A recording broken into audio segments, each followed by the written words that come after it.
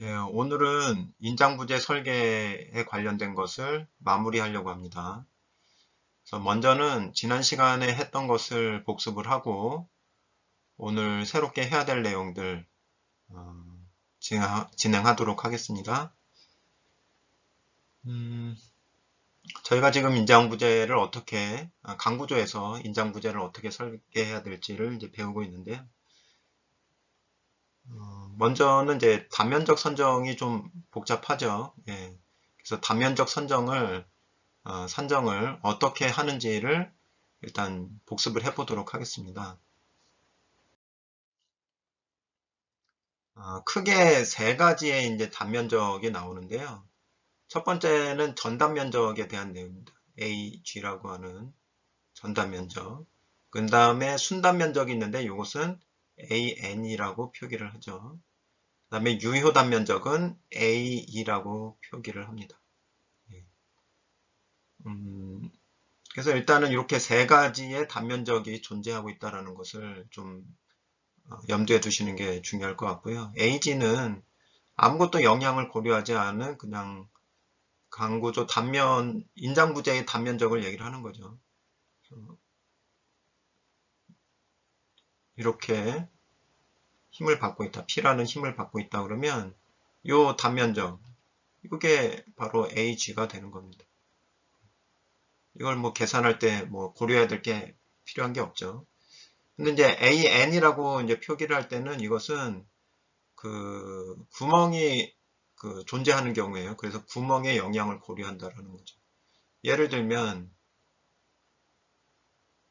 이러한 판이 P라는 힘을 양쪽에서 받고 있다고 했을 때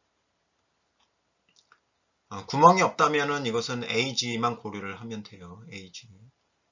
근데 구멍이 이렇게 있다.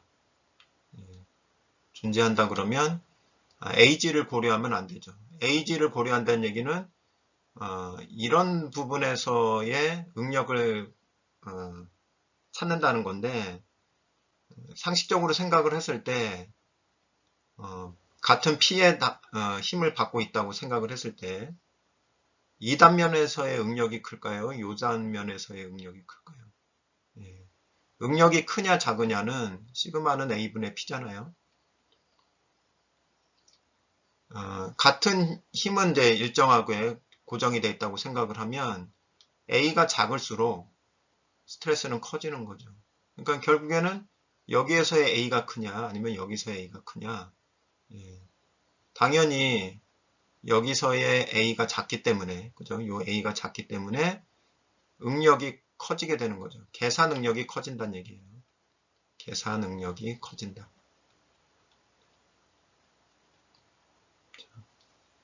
그러면 재료가 일정하잖아요. 재료는 만약에 얘가 SM400이다 라고 봤을 때는 응력이 여기서부터 이제 FTA라는 게 이제 튀어나옵니다. 그럼 이거는 재료가 바뀌지 않는 한 변할 수가 없는 거예요. 그리고 뭐 구조 계산을 해봤더니 P도 뭐 바뀌지가 않죠. 근데 A가 이렇게 작아지면 응력이 커지게 되고 그러면 AG를 사용했을 때의 응력하고 이렇게 볼까요? F AG를 사용했을 때의 응력하고 F AN이라고 합시다. 구멍을 고려한 AN인데 어느 응력이 더 큽니까? 요 응력이 더 크죠. 예, 왜냐하면 단면적이 작아졌으니까. 그러면 실질적으로 응력이 큰 걸 가지고서 허용 응력하고 검토를 해야 안전할까요? 아니면 응력이 작은 걸 가지고선 허용력하고 검토를 해야 안전한 설계가 될까요? 예, 당연히 계산 능력이 큰 것을 가지고 허용 응력하고 비교를 해야 안전한 설계가 되는 거예요. 응력이 작은 거를 가지고 비교를 했는데 안전하게 나왔어요. 예, 검토상으로는. 근데 이런 단면적이 더 작게 적용이 돼서 응력이 커질 상황들이 고려가 안 된 거죠. 그죠? 근데 그거를 고려했을 때는 허용 응력보다 더 커질 수가 있단 말이에요. 그러니까 그러한 설계는 안전한 설계라고 볼 수가 없는 거죠. 그래서 일단 계산 능력이 크게 나오는 쪽으로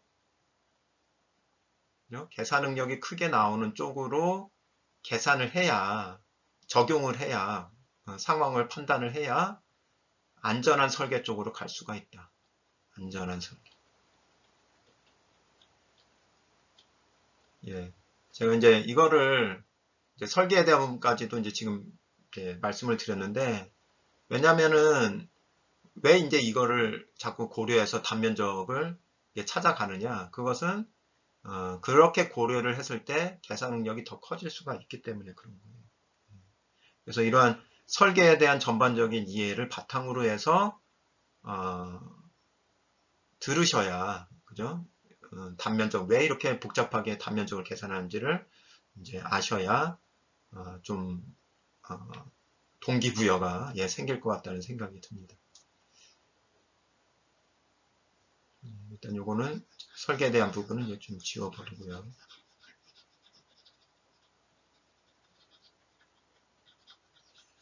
자, 그러면은 일단은 순단 면적을 왜 고려해야 되는지는 좀 이해를 하셨으리라는 생각이 들고요.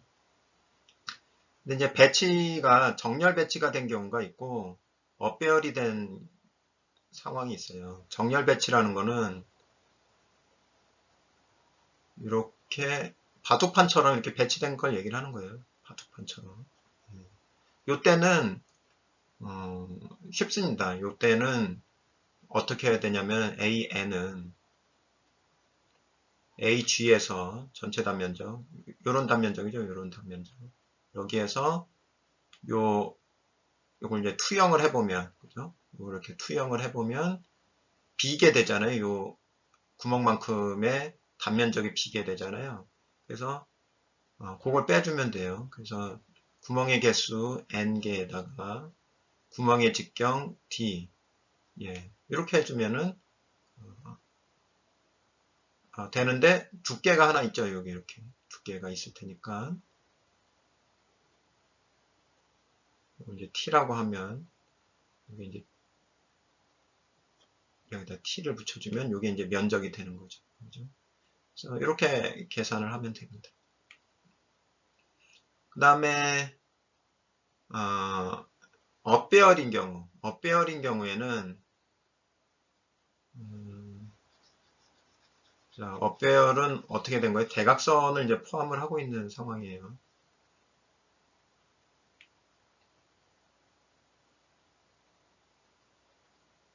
그래서 이렇게 돼 있다고 봅시다.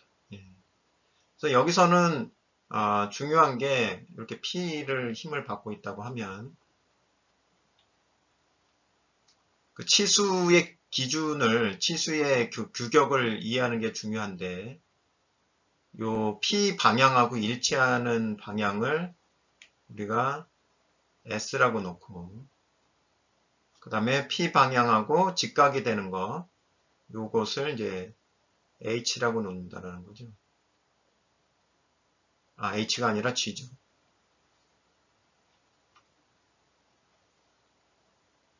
예. 그러면 대각선의 영향을 이제 어떻게 고려를 하느냐. 자, 이렇게, 원래 이제 이렇게 지나가잖아요. 이렇게. 그, 파괴 경계가 이렇게 지나간다고 봤을 때, 업배열인 경우에는 먼저 AN에서, AN이죠. 그죠? AN인데, AG에서, 먼저는 요 통과되는 구멍에 영향을 빼준다라는 거죠. 그래서 NDT 이게 똑같아요.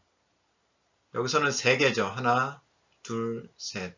해서 여기서 N이 이제 3이 됩니다. 그 다음에 여기에다가 대각선의 영향을 플러스를 해주는 거예요. 그래서 대각선의 영향은 어떻게 표현이 되냐면 시그마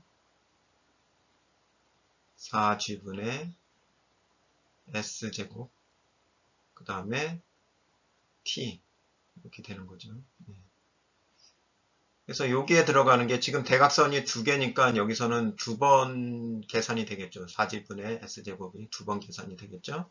거기에다가 두께 T를 더하면 곱하면 여기서 이제 AN이 계산이 됩니다. 좀 약간 복잡하지만 그 맥락을 좀 이해하면은 억지로 외우진 않으셔도 될 것 같아요. 그래서 먼저는 전체 단면적, 전단면적에서 얘가 파괴 그 경계가 통과하고 있는 그 구멍의 개수만큼을 제거를 해서 고려를 하고, 그 다음에 대각선이 있다면 대각선의 개수만큼 4지분의 S제곱 한 후에 거기에다가 T를 곱해서 이런 업배열인 경우에서의 AN을 구한다. 예. 여기까지가 순단 면적에 대한 이야기였어요. 예. 그리고 이제 이것에 대한 예제들도 저희가 풀어보았죠. 자, 일단 여기까지 순단 면적을 보시고, 그다음에 유효 단면적이 있는데, 유효 단면적은 왜 유효 단면적이라는 것을 이제 고려해야 되느냐? 바로 전단지연의 영향이 있다라는 거죠. 그래서 전단지연이라는 게 뭔지를 한번 잠깐 또 복습을 해보면, 이러한 어떤 그 거세 플레이트 한번 설명을 드렸죠. 그 트러스 교량 같은 데서 그 대각 부재들, 예, 각 부재들이 한 곳에서 연결이 될 때 그 연결이 용이하도록 하기 위해서 부착되는 그런 판입니다. 연결판이에요. 연결판. 쉽게 얘기하면 연결판. 연결판. 연결판에 이렇게 L형광이 옆에서 본 모양입니다. L형광이 있고 여기에 이제 이런 힘을 받고 있다고 보면 이게 볼트로 연결이 돼 있겠죠. 그러면 응력을 이렇게 받는다고 그랬죠. 이렇게.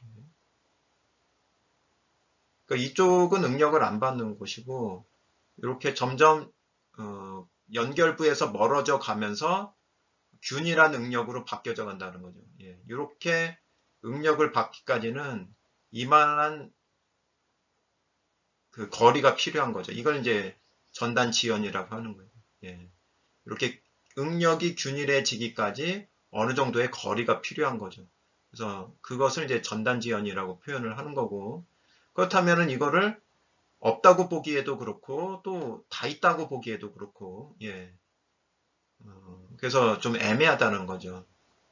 그래서 요러한 부분, 요러한 연결 부위에서의 단면적을 계산하기 위해서는 두 가지 방법이 있는데, 그걸 이제 유효 단면적이라고 하고, 요거를 계산하는 방법이 이제 두 가지가 있다라는 거죠. 두 가지가 있는데, 간편법은 쉽게 그냥 2분의 1만 받는다고 생각을 하자. 그러니까 L형광이 이렇게 있으면, 예, 뒷금친 부분만 받는다라는 거예요. 예, 얘는 날려버리고. 그게 2분의 h라는 거죠. h를 여기서부터 여기를 봤을 때 끝까지 이걸 h라고 봤을 때 2분의 h만 유효하다라고 보는 거죠. 그걸 이제 a라고 이렇게 보는 거고요. 이제 실험식은 a는 an에다가 u를 곱하는 거다. 그래서 요게 이제 실험식에서부터 나오는 건데 요거는 u는 어떻게 계산이 되냐면 1-L분의 x바, 예, 이렇게 되는 거죠. 그래서 L은 뭐라고 그랬나요? L은 연결부가 이렇게 연결이 이렇게 돼 있다고 했을 때 처음 볼트구멍에서부터 마지막 볼트구멍까지의 그 거리, 요거를 L이라고 그랬죠. 그죠? 여기를 L. 그 다음에 X바는 X바를 잘 보세요. X바는